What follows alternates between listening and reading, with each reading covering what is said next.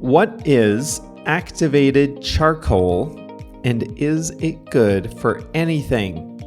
I'm on a quest to find out. Hi there, everyone. I'm Jeff, and this is Plain English, where we help you upgrade your English with current events and trending topics. By listening to these topics, you'll expand your vocabulary and learn how to express your best ideas in English. And if you like the audio lessons, the website is full of great resources that you can use to make faster progress in English. Things that can help with your listening, your pronunciation, your vocabulary. It's more than just a podcast, and lots of your fellow English students know it. Well, you can find today's lesson at plainenglish.com/561. JR is the producer, and he has made sure that the transcript, the video, exercises, translations, all that stuff is up there at plainenglish.com/561. Coming up today, activated charcoal. You see it in toothpaste, face wash, cupcakes, and even textiles. But what is it, and does it make any difference at all? In the second half of the audio lesson, I'll show you how to use the English expression come across, and we have a song of the week. Let's get going.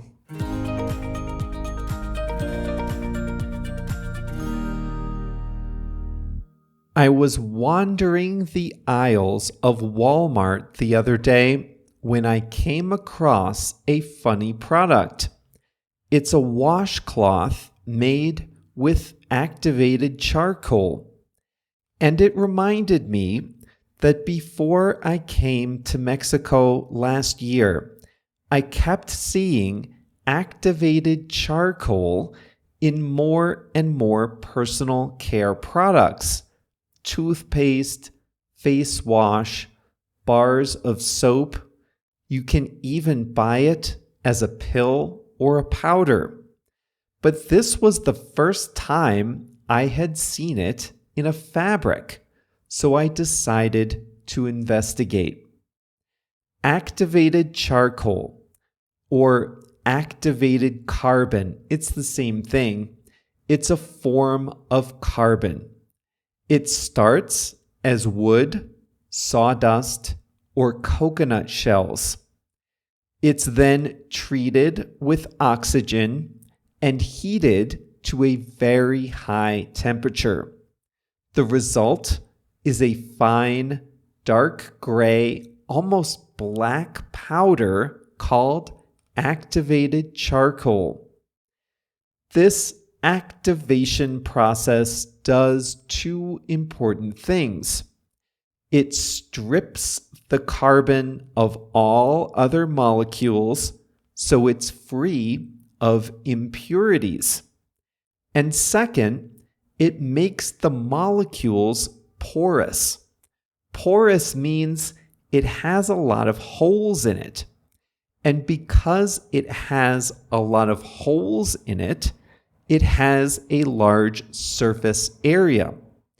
In fact, just 3 grams of activated charcoal has the same surface area as a football field. That's hard for me to get my head around, but it's true. The important property of activated charcoal is this. It can bind to toxins in your system. So that means that toxins, things you don't want, they get attached to the activated charcoal.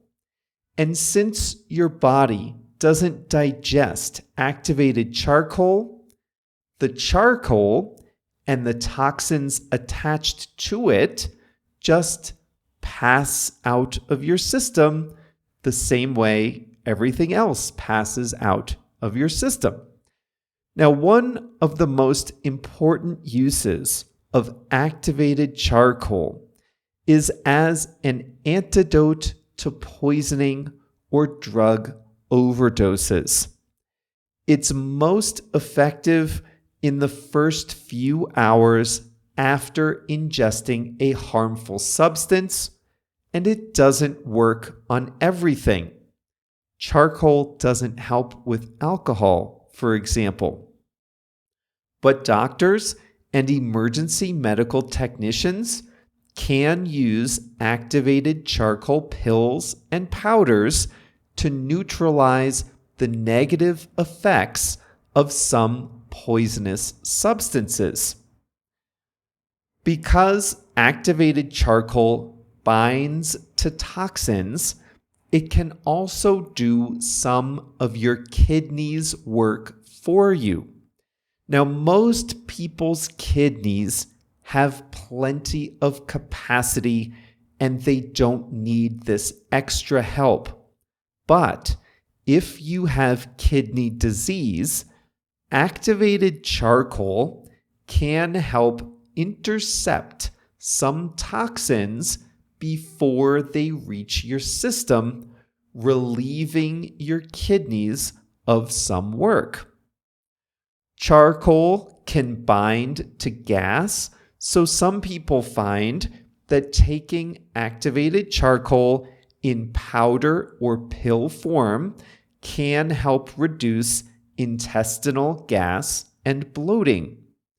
Activated charcoal can also be used to filter water so that you drink fewer impurities in your water. All of this is supported with evidence. Activated charcoal also has a number of other, alternative uses that are not backed up by any type of scientific or medical studies. I'm not saying they're untrue. I'm only saying they are not proven. People use activated charcoal face wash and skin treatments to supposedly remove toxins in the skin. It's also available in toothpaste to bind to plaque and other compounds that can stain your teeth. Other products claim it will treat insect bites, prevent hangovers, and clear your skin. But there is no scientific evidence to support these claims. Well, why is it in a washcloth? The claim is that bacteria in the cloth won't grow as fast as it would otherwise, so the washcloth is cleaner and more sanitary. I guess. And then you knew this was coming. There's Instagram, cocktails, cupcakes, ice cream, all made with activated charcoal with a distinctive dark gray color. They're popular on Instagram because they look distinctive. Food is not generally dark gray, so if you make a dark gray cocktail with a bright yellow wedge of lemon, it looks interesting. But when I was reading about activated charcoal's legitimate, scientifically proven ability to bind to toxins and flush them out of your system, I also started to wonder something else. Does activated charcoal bind to nutrients and flush legitimate, healthy nutrients out of your system? Well, here we go. A quote straight from the head of a pharmacy program at Ohio State University. He says, activated charcoal has very potent binding properties, so it can bind to everything in your stomach. It can bind to vitamins or other good nutrients and to medications, making those medications less effective. So there you have it. Now the good news is, if you have an activated charcoal washcloth, it's not going to make your medications less effective. And putting it in a face wash or a toothpaste is probably harmless. But before taking it as a supplement or using it in food, I would ask a real doctor and make sure that this is a good idea for you.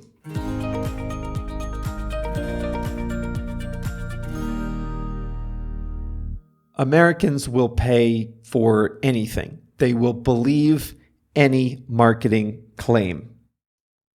So I was not surprised to see this in the US. One company called a charcoal wash sense of irony. But Mexico, I don't know what it is, but I'm starting to see activated charcoal this, activated charcoal that here in Mexico until, as I said, I saw a washcloth in Walmart and I said, this is too much. I told JR about it and he said, I don't even know what an activated charcoal washcloth would look like. And I said, just picture a normal gray colored washcloth with a much higher price tag attached.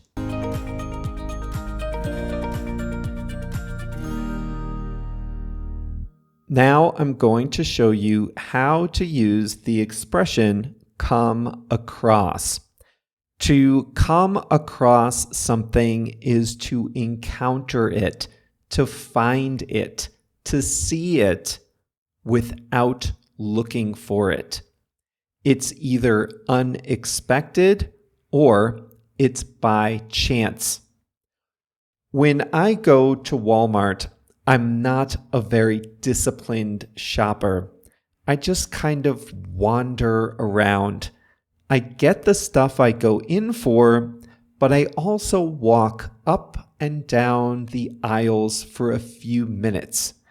And when I was doing that, I needed to get mosquito repellent. I was in the general aisle of personal care, and I came across a washcloth made from activated charcoal. I wasn't looking for it, believe me. I didn't even know it existed. But I saw it, I found it unexpectedly and without trying. So we say, I came across an activated charcoal washcloth in Walmart. JR was flipping through some channels on TV last month, and he came across a baseball game being played and televised. And he asked me, what is this?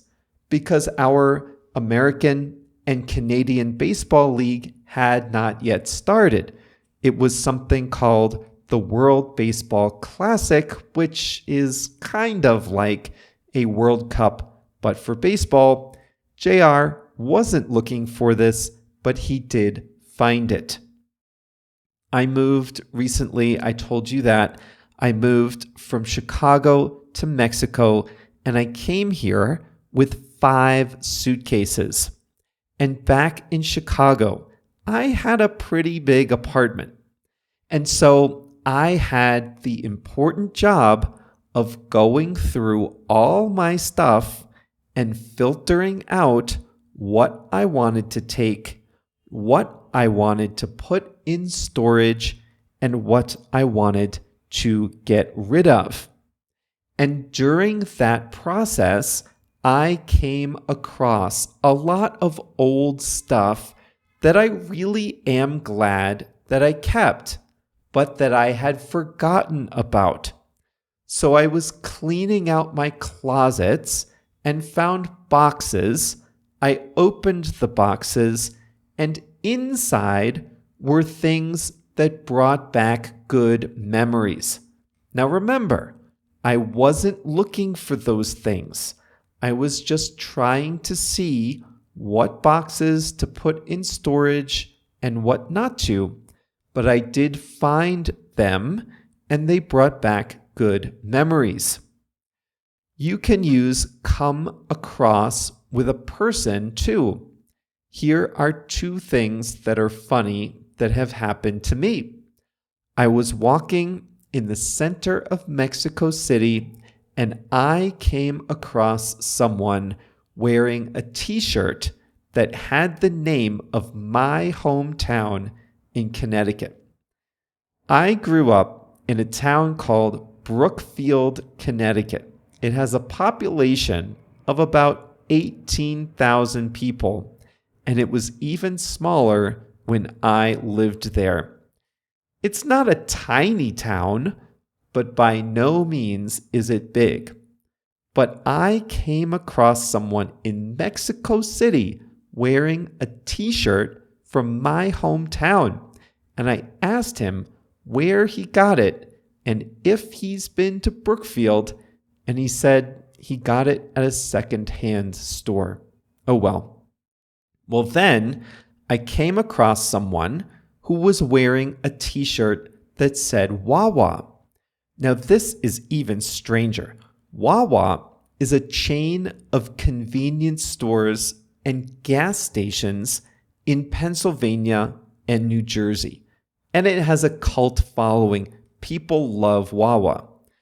Well, there was a Wawa on 15th Street in Allentown, Pennsylvania, just down the street from my college, and it was open 24 hours. So we'd go there for sandwiches or snacks or coffee at any time of the day or night. Well, I guarantee you, I didn't walk out of my house that day thinking I'd find someone wearing a Wawa t-shirt, but I did come across someone, and I asked him, "Have you been to Wawa?" And it turns out he has, and he likes it, and he also went to a small college in Pennsylvania, not far from mine. So you see, in all these cases, you find something or someone that you are not looking for, or you find something that you didn't even know was there. And that is how you use come across.